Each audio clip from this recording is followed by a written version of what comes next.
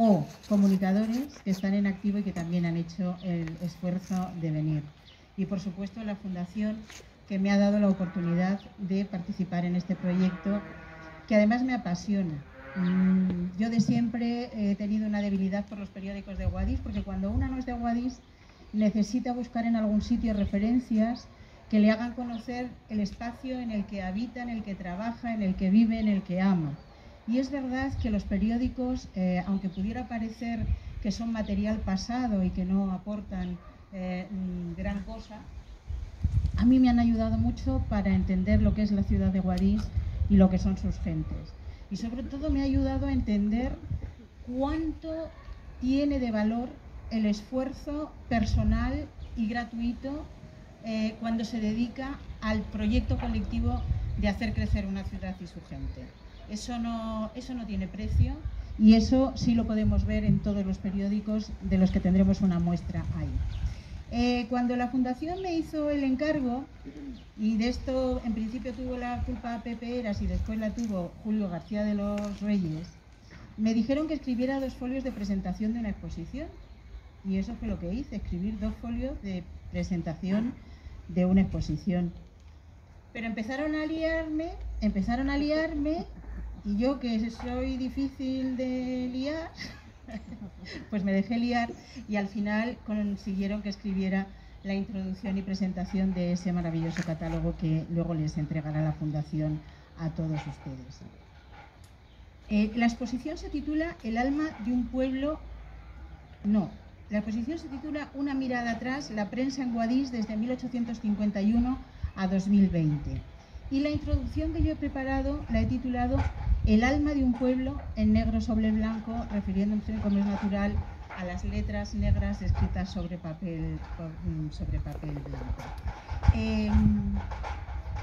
Es verdad que el trabajo que yo he hecho, como bien ha dicho Luis, no hubiera sido posible sin la participación imprescindible de Julio García de los Reyes, que tiene un archivo maravilloso, que además, como persona espléndida, pone a disposición de quienes quieren investigar, cosa que no siempre se consigue con quien quieren y acumulan materiales, que los acumulan pensando que van a ser las personas más listas del mundo, porque lo tienen todo, pero si eso que se tiene no se comparte, es como si no tuviéramos nada.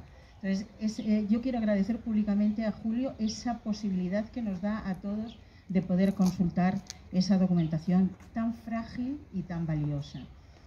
Pero también ha sido posible porque, como decía Luis, las bibliotecarias y archiveras, todas mujeres, y yo con todas las que he hablado eran todas mujeres, la bibliotecaria del Ayuntamiento de Guadix, de la Biblioteca de Guadix, la bibliotecaria del Archivo Diocesano, a la que ya se ha mencionado, la bibliotecaria de la Casa de los Tiros, que también es una mujer extraordinaria, mi propia hermana Inmaculada Rey, que es bibliotecaria en la Universidad de La Laguna y es la que nos ha permitido encontrar algunos ejemplares que hay en el extranjero de periódicos de Guadix. No, pues sin el trabajo de estas mujeres que conocen bien cómo se guarda, cómo se almacena, cómo se coloca todo ese material tan frágil, tampoco hubiésemos podido realizar gran parte de este trabajo.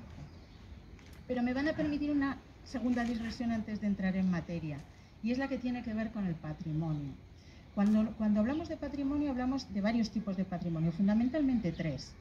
Una primera parte del patrimonio que se refiere a las cosas que los pueblos van dejando sobre el territorio con el paso de los tiempos. Por ejemplo, esta casa del siglo XVI, la alcazaba, la catedral, todas estas cosas que los pueblos, cuando pasan por ellos, sus gentes construyen para dejar constancia de que han pasado por ahí.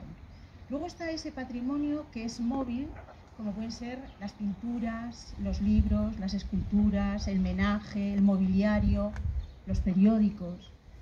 Y después hay una tercera parte del patrimonio que es cómo la gente nos relacionamos con esos otros 2 elementos del patrimonio.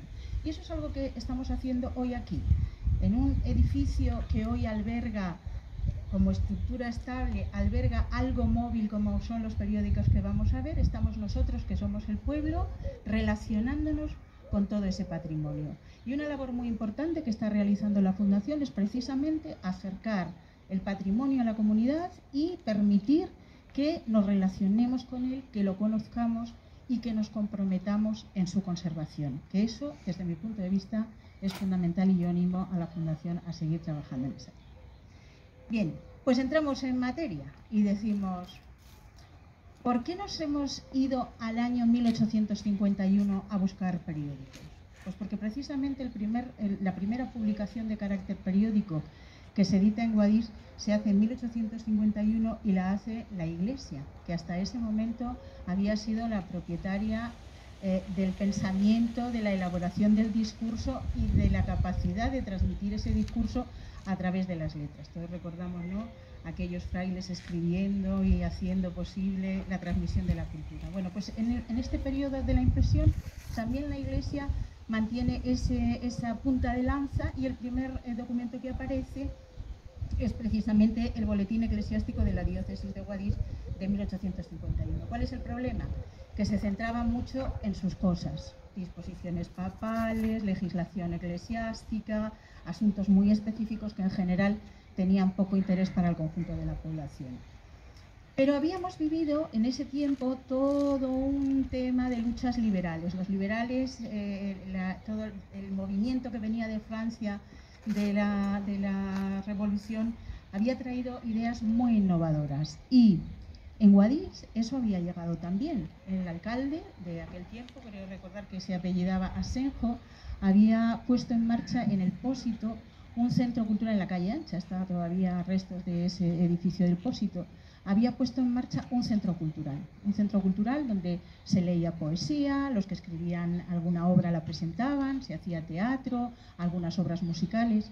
Y en ese entorno se empiezan a reunir un grupo de jóvenes, al frente del cual está el más mayorcito, que se llama Torcuato Tárrago y Mateos. Él es el mayor de todos, es un hombre que se demostró su capacidad para escribir, era un hombre que escribía por fascículos en aquel tiempo y era muy popular y muy famoso en los madriles que se decía en aquel momento. Y a su alrededor hay gente más joven, incluso un adolescente que, como ha mencionado Luis, era Pedro Antonio de Alarcón, que en ese grupito que se constituyen en la tertulia, le llamaban ellos la tertulia, se reunían en el Pósito y empiezan a trabajar en la idea de crear un periódico para poder transmitir sus ideas. Ellos sabían que los periódicos eran un elemento de transmisión de ideas y, por lo tanto, con la posibilidad de cambiar las cosas que a ellos en ese momento parecían no gustarle. Así es como Tárrago y Mateos, que ya tenía ciertas influencias, consigue un socio capitalista en Cádiz y allí empiezan a publicar toda esta gente de Guadix, con Pedro Antonio de Alarcón, Tárrago, Requena, Espinar, toda la gente que acaba de mencionar Luis, publican el primer periódico, que es el Eco de Occidente, que es verdad que no es un periódico propiamente editado en Guadix, pero que es verdad que todos los que trabajaban en él, prácticamente, salvo su director, eran de Guadix.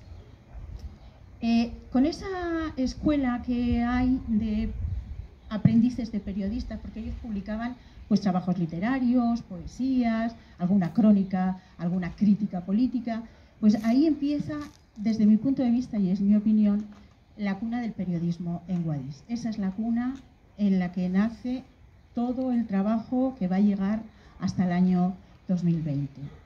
Como ya ha mencionado Luis, y no me voy a detener en él, hay periódicos como el Panorama Occitano, el Fénix o el Imparcial, de los que no hemos podido conseguir ningún ejemplar, pero sí hemos conseguido documentar su existencia a base de diferentes referencias en diferentes medios periódicos de la provincia de Granada.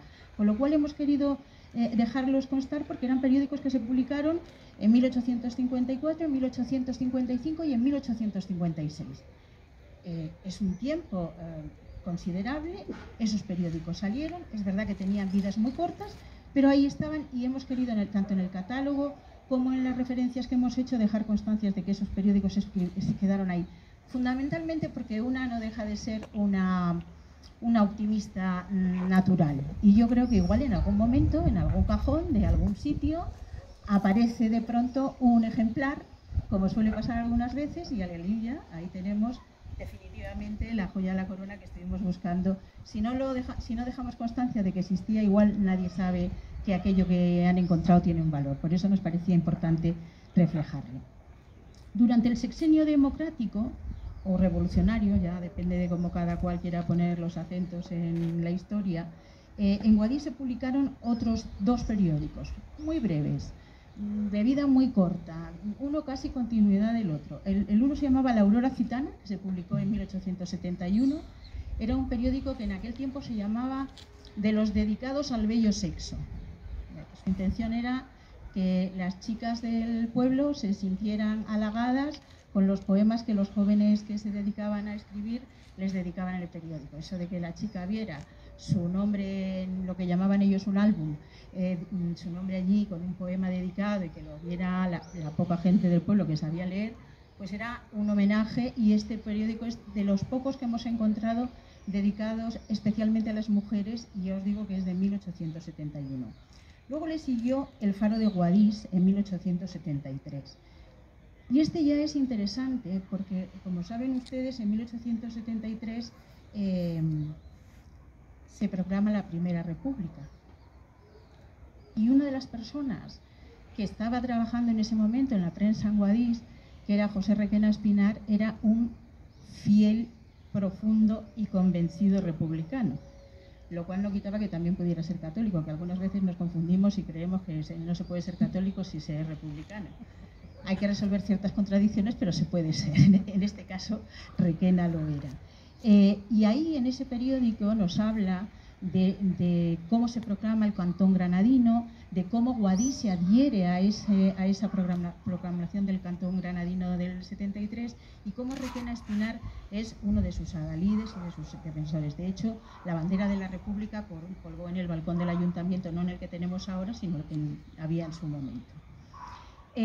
También nos habla, y luego lo recordará Requena Espinar años después, de qué tiempos tan complejos, difíciles fueron aquellos en política, con los caciques, con las presiones, con los palos. De hecho, en las elecciones de 1872, cuando venían los delegados gubernativos con las actas, para entregar las actas con los resultados de las elecciones, sufrieron tal montón de ataques y de agresiones que tuvieron que montar un hospital de sangre delante de la catedral para poder atender a toda la gente que venía con las actas de las elecciones. O sea que imagínense ustedes, si ahora nos peleamos por quitarme aquí este voto nulo, lo que podía pasar en aquel momento cuando se amañaban las elecciones, y si no, es que no se dejaba llegar ni al delegado gubernativo con los resultados de las elecciones. Bueno, ese es un tiempo que lo sabemos lo que pasaba porque precisamente esos periódicos nos lo están contando.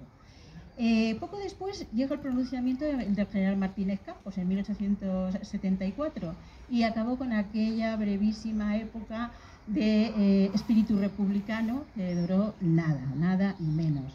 Se restaura la monarquía, renuncia Isabel II a su reinado y le sucede su hijo Alfonso XII. No voy a entrar mucho en los detalles históricos para no cansarlos, porque tampoco quiero reproducir lo que luego podrán leer detenidamente en su casa con pausa y sin prisa, donde ya sí verán todos estos detalles que hemos reflejado. Pero por decirles esto, en ese momento en que se restaura la monarquía, se implantan las dos cámaras de Congreso y Senado, se instaura el bipartidismo de conservadores y liberales, la Iglesia, que había visto cómo perdía influencia durante la República y los periodos previos, recupera otra vez su poder, y entonces empieza a generarse un malestar tal entre la población que aparecen personajes como Pablo Iglesias Pose, el fundador del Partido Socialista, que lo funda precisamente en 1879, y que en 1888 fundará la Unión General de Trabajadores. En 1882 se ve en la ciudad de Guadix un periódico que se titula La Voz de Guadix. Lo dirige Andrés Aguilera Ibera. Y en sus páginas encontramos dos colaboradores que a mí me gustaría destacar porque eran dos masones. En Guadix hubo dos logias masónicas y aquí hubo personajes masones muy importantes, en general en toda la provincia. En el catálogo también les hemos puesto referencias de artículos donde pueden profundizar en el conocimiento de esta cuestión, si es que a alguien le pudiera interesar, artículos que se han publicado ya en Guadix. Y estos dos elementos masones, él mencionaba uno, a Benito Minagorre Cubero, que era un médico extraordinario, por cierto, que yo siempre he tenido la sospecha, y creo que algún día tendré el tiempo suficiente como para poder demostrarlo, que la mujer de Benito Minagorre Cubero escribía con seudónimo en el periódico El Accitano, porque hay algunos artículos que solo podría escribir una mujer, por mucho que se esconda detrás de un hombre, cuando critica lo dolorosísimo que es el uso del corsé para una mujer normal, y las perrerías que se hacían con la moda de cara a una supuesta belleza femenina que te mantuviese integrada en la comunidad.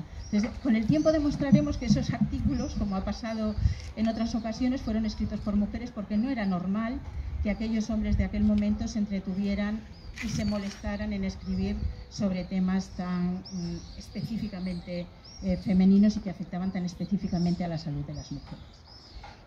Habrá otro periódico muy importante en Guadix que se publicó en 1883, que fue El Porvenir de Guadix. En ese periódico participó un periodista que era un intelectual de primer nivel, que se llamaba Ramón Aparicio Requena. De él podrán saber también, porque se ha escrito ya bastante.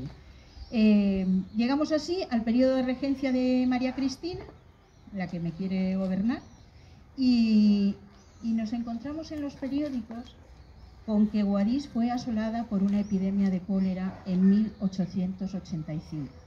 Los periódicos nos dicen que solo en Guadix hubo 1.049 personas infectadas, que 527 perdieron la vida, que fue especialmente cruel con la infancia, porque murieron 206 niños y niñas, y que se expandió especialmente por el barrio de Las Cuevas a causa del hacinamiento, la convivencia de personas con animales, la ausencia de agua corriente, la pobreza, el no disponer de alimentos, el no tener medicinas, incluso a veces no disponer de más ropa que la que se tenía puesta.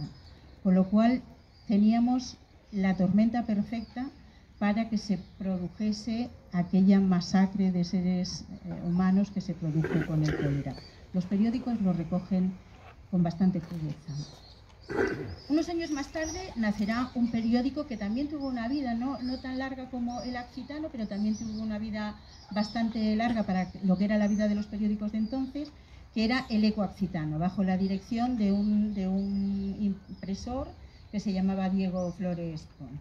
Por él conoceremos todos los debates ciudadanos que se estaban planteando en la ciudad sobre la ubicación de la estación de ferrocarril, de la evolución de su trazado, si tenía que poner en Valle, si tenía que estar más cerca de Guadix, porque allí también, como siempre, había intereses de todo tipo, ¿no? Y eso llegó incluso a enfrentar a Tárrago y Mateos con Pedro Antonio de Alarcón y su familia de una manera muy potente, ese tipo de intereses. La verdad es que los periódicos, igual que los de ahora, tienen una parte de crónica social que cuando uno los coge se hace la mar de amena. Hay otro aspecto que también me ha llamado mucho la atención de este periódico, que era lo que ellos llamaban la epidemia de raptos de mujeres, que es algo que yo incluso llegué a vivir cuando llegué a Guadix en el año 81, y era que las chicas y los chicos se iban cuando eran novios, pues él se llevaba a la novia y ya pues con eso se ahorraban la boda, y en fin, era como una costumbre social que había, que viene, ya les digo, desde 1889, que al menos recojan los periódicos.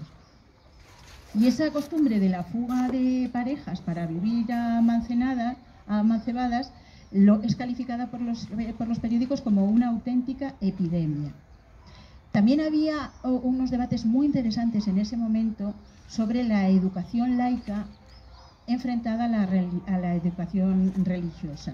Incluso nos vamos a encontrar con algunas invitaciones curiosísimas hacia las mujeres para que hagan gimnasia y de esa manera conseguir beneficios estéticos que les ayudarán a recuperarse satisfactoriamente después de haber utilizado durante años el corsé. Luego nos vamos a encontrar otros periódicos como La Ocasión, que es otro periódico que tampoco hemos encontrado ningún ejemplar, pero que sí hemos visto referenciado en diferentes periódicos, o La Crónica de Guadix. En la crónica de Guadix les invito a que investiguen y profundicen en un personaje que a mí me parece fascinante, que era Aureliano del Castillo Beltrán, que fue socio fundador y vicepresidente de la Asociación de la Prensa de Granada. Creo que era de la parte del Marquesado, de Jerez del Marquesado, si no me equivoco, pero era un señor verdaderamente extraordinario. Enseguida llega el Accitano, que será el periódico que nos ayude a cruzar el puente del siglo XIX al siglo XX. No me voy a entretener con él porque su propietario y director era Requena Espinar, pero casi todos hemos oído hablar del Accitano. Yo recuerdo el trabajo tan fantástico que hizo el Ayuntamiento de Guadix y la Asociación de Desarrollo Rural en su momento, que se llamaba así, el Grupo de Desarrollo que se llama ahora, para rescatar el periódico El Accitano, digitalizarlo con fondos europeos y ponerlo al servicio del conjunto de la ciudadanía. Ahora se puede consultar digitalmente en la Biblioteca Pública de Andalucía, la biblioteca virtual, y eso me parece un logro de socialización del conocimiento fantástico. Se hizo desde la asociación con fondos europeos con 2 periódicos, con El Accitano y con El Acci, al que también ha hecho referencia Luis. En esas que estamos cambiando de siglo, pues está la guerra de Cuba, está la guerra de Filipinas, la situación es demencial en España. Ni el general Weyler ni Polavieja en Cuba o en Filipinas consiguen sujetar la situación, y España tiene que firmar una paz que llaman la Paz de París, que pone fin definitivamente al imperio colonial español. Y todos esos hechos dejan importantes consecuencias económicas y sociales en nuestro país, y lógicamente los periódicos se hacen eco del mismo.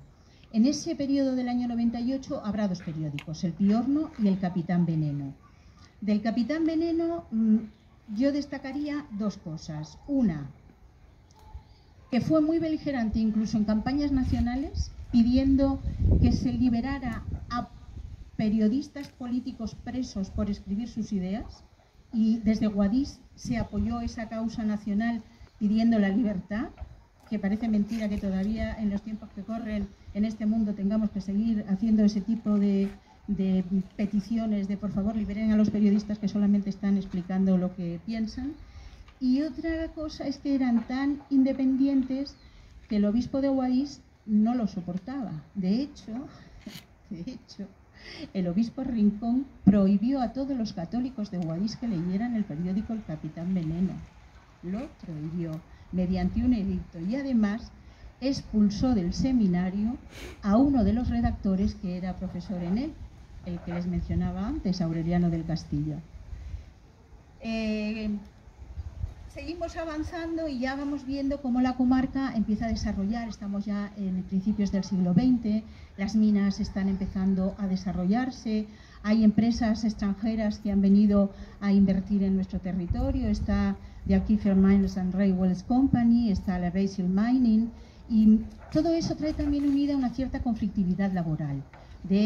Los trabajadores piden mejoras en sus condiciones de trabajo, los empresarios como que no quieren perder de sus beneficios, cosa que por otra parte me sigue sonando, y hay cierta tensión. Guadix era una zona que esa era la opción industrial que tenía, la otra era el campo. El tema del campo tampoco estaba muy bien, las condiciones de los trabajadores y de los jornaleros tampoco eran muy buenas, habían vivido las desamortizaciones que no habían permitido que los que trabajaban la tierra hubieran podido acceder a ella, con lo cual estaban vendidos los trabajadores a que alguien los señalara con el dedo para poder incorporarse a hacer los trabajos como jornaleros. En fin, que la situación era verdaderamente dura. Eso se refleja en la prensa, y la Iglesia, que siempre ha mantenido con el poder civil cierta tensión, empieza a trabajar en una idea a la que ellos llaman la buena prensa.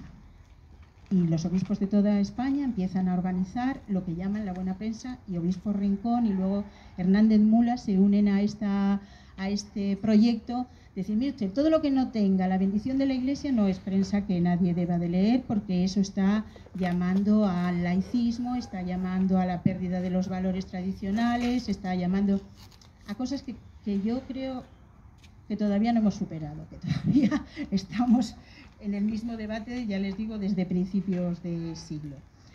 Yo destacaría del tema de la buena prensa el que la Iglesia, que es sabia, porque si no, no habría llegado a donde ha llegado, supo rodearse de un grupo de mujeres que formaron y constituyeron la Asociación de la Buena Prensa como asociación de mujeres. Y cada vez que había algo en los periódicos que no era del agrado del consiliario que llevaba la asociación, las mujeres salían y protestaban. Yo he recogido una anécdota en el catálogo que ustedes verán, que se refiere a una crítica que hace un señor sobre un partido que se tenía que haber celebrado en el campo de fútbol de la Alcazaba y que un sacerdote no da permiso para que se haga. Entonces el periodista se queja amargamente de que por qué hay que jugar en un terrao cuando estaba el campo de fútbol y tal. Y el periodista decía, y protestaron los jóvenes, las mujeres, las señoras, bla, bla. A los 2 días, las mujeres de la Asociación de la Buena Prensa dirigieron 2 cartas, una a un periódico de Guadix y otra al Defensor de Granada, poniéndose de parte del sacerdote y poniendo al periodista a caer de un vuelo. De hecho, la Asociación de la Buena Prensa, que se extendió por toda España, en Guadix estuvo en funcionamiento hasta el año 31. Me voy a saltar algunas cosas porque esto creo que se me está alargando. Y digo que me lo voy a saltar porque yo al fin y al cabo lo que les estoy contando son cosas que ustedes ahora van a poder ver, con lo cual tampoco hay necesidad, ¿no, Luis?, de que cansemos en exceso a la gente.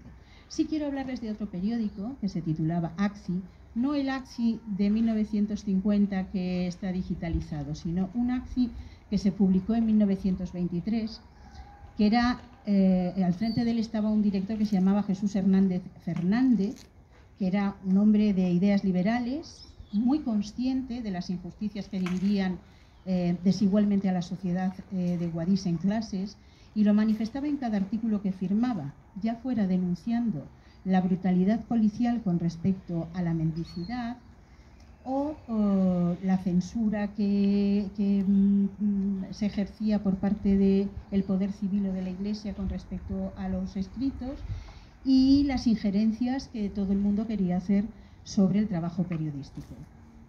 En este sentido, él, a pesar de que la Iglesia insistió mucho en que se adhiriera a la Asociación de la Buena Prensa, dijo que la Iglesia tenía una censura previa que no estaba dispuesta a admitir bajo ningún concepto, que no estaba dispuesto a que nadie le pusiera un sello que le diera marchamo de calidad a lo que estaba escribiendo. Y segundo, que los intereses locales, como atropellos a derechos, como atropellos a iniciativas, no podían quedarse silenciadas sencillamente porque hubiese poderosos que no quisieran escucharlos. Es verdad que este hombre pagó un alto precio por ser tan libre y por decir lo que pensaba. Bueno, luego vendrá la dictadura de Primo de Rivera. Ya saben ustedes que aquello fue como una componenda entre el rey y Primo de Rivera. Parecía que había cierto consenso, pero la cosa no terminó muy bien, como ustedes verán. Y así llegamos en la primavera de 1931, que es el momento en que se declara la Primera República. Este será el primer periodo democrático de la historia de España. Se esperaba de ella una nueva Constitución, la definición de un Estado compatible con las autonomías, la modernización de las estructuras económicas, la solución de las graves desigualdades sociales y una legislación que dignificara las condiciones de la clase obrera. Recordemos que en los programas electorales se prometía prohibir el trabajo a menores de 9 años. Eso iba en los programas electorales de aquel momento, prohibir el trabajo de menores de 9 años.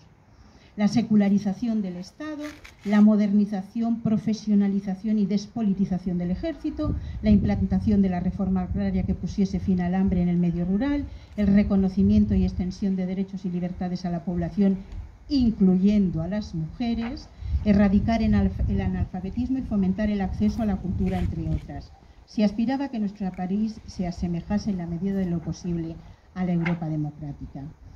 En ese momento, en Guadix se publican periódicos de diferentes tendencias ideológicas. Ahí nos encontraremos al Corregidor, que a pesar de que se ha definido siempre como un periódico conservador, es curioso bucear en él porque había gente de todo tipo de ideologías en ese periódico, escribiendo con todo tipo de ideas. Y a mí me parece que ese periódico, El Corregidor, es un elemento a valorar y a tener en cuenta. Sobre él habla Santiago Pérez López en su libro de la Segunda República, y yo creo que, como ya les digo, van a encontrar en el catálogo referencias de sitios donde poder ir a buscar alguna información interesante. Bueno, el verano del 36 traerá consigo el alzamiento militar y su fracaso llevará al país a una guerra. Parte del ejército no respetará su juramento de fidelidad al legítimo gobierno republicano. La derecha argumentará que los resultados electorales son ilegales e ilegítimos, y una trama civil de grandes terratenientes, banqueros e industriales prestarán apoyo, financiación y alianza internacional, especialmente Italia, con lo que se sentenciará definitivamente al gobierno de la República. En otoño, la administración provisional se instala en Baza, la de Granada, se instala en Baza, ya que la ciudad de Granada había sido tomada por el ejército sublevado, y Guadix durante la guerra fue un territorio afecto al gobierno republicano, muy bullicioso por el constante movimiento de militares, la presencia de oficinas gubernamentales, la llegada de refugiados, y en ese tiempo, y a pesar de la escasez de papel, se publicaron en la ciudad varias cabeceras. Las podemos agrupar en función de su orientación ideológica en anarquistas y socialista comunistas, más vinculadas al entorno de la UGT. Recordemos que comisiones obreras en ese momento todavía no existían. En esta línea hay que destacar La Voz de Guadix, donde muchos de los que están aquí recordarán a una de las personas que integró su equipo de redacción, era Paco Mateos, que fue además concejal en el primer ayuntamiento democrático que hubo en Guadix. Pues Paco Mateos, junto con otro personaje muy interesante que fue Lina Odena, trabajaron en la redacción de este periódico de La Voz de Guadix. La Voz de Guadix se transformó en otro periódico que se llamó Disciplina, porque entre las filas de afectos a la República empezaron a hacer cada uno lo que les dio la gana, y lo que se pretendía era llamar un poquito al orden para que la gente fuese un poquito más disciplinada. Por eso La Voz de Guadix tornó su título en Disciplina y terminó llamándose Trabajo, que lo veremos en la exposición, porque finalmente lo que era imprescindible para poder salir de la hambruna que estaba generando la guerra y de las necesidades que se estaban produciendo era que todo el mundo trabajara para poder salir adelante. Los anarcosindicalistas publicaron otro periódico que se llamó Hombres Libres, y se publicó también en 1936, y está también colgado en la web de la CNT, que se puede consultar por cualquier persona.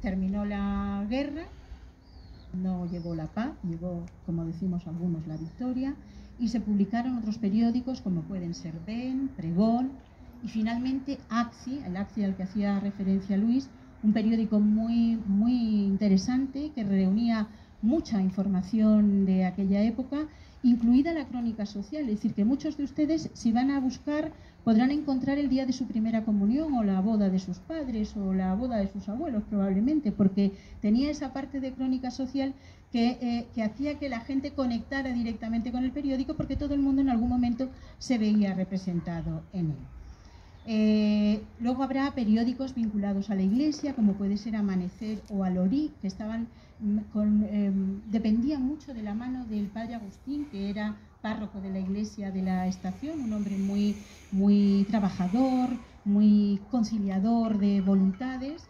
Y finalmente llegaremos con la llegada de la democracia, llegará la revista Guadias. De Guadias casi que no tendríamos que hablar, porque todos los que estamos aquí hemos visto algún ejemplar de Guadias, y se nos ha olvidado hablar de Piedad Alarcón, que creo que es un olvido imperdonable, y en este momento me gustaría hablar de Piedad Alarcón y del importante trabajo que hizo Piedad Alarcón, una gran periodista de Guadix, con proyección nacional, en radio, en televisión. Bueno, pues esta mujer fue la que ayudó a que Guadias viera la luz. Luego le sucedió como director Pepe Eras, y luego, cuando dejó de ser Guadias para ser Guadias Información, pues Pepe Eras siguió trabajando, y con él hemos trabajado pues mucha gente, porque yo creo que de todos los que estamos por aquí, mal que bien, alguno hemos escrito algún artículo en el Guadias. Del resto de la historia de los periódicos de Guadias Información, de Guadias Información y Cultura, del especial de Ideal, que se hacía sobre Guadix y que estuvo publicando 8 años, que también está por aquí Jesús Javier Pérez, y que fue el responsable casi único sobre sus espaldas de gigante, cargó ese proyecto casi en exclusiva. Y también me gustaría mencionar a alguien muy importante que es fotoperiodista y que junto con Jesús Javier han recibido, yo que sé, la infinidad de premios de periodismo Ciudad de Guadix por su trabajo constante, que es a Torquato Fandila. Torquato Fandila ejerce como fotoperiodista y las imágenes en los tiempos que vivimos son muy importantes, y Torquato Fandila, además de poseer un archivo fotográfico de la vida de la ciudad increíble, es también una persona que siempre está dispuesta a colaborar y enriquecer los trabajos. No quiero terminar sin hacer una referencia a una profesión que prácticamente ha muerto, queda testimonialmente en algunos trabajos gráficos, que es la de tipógrafo.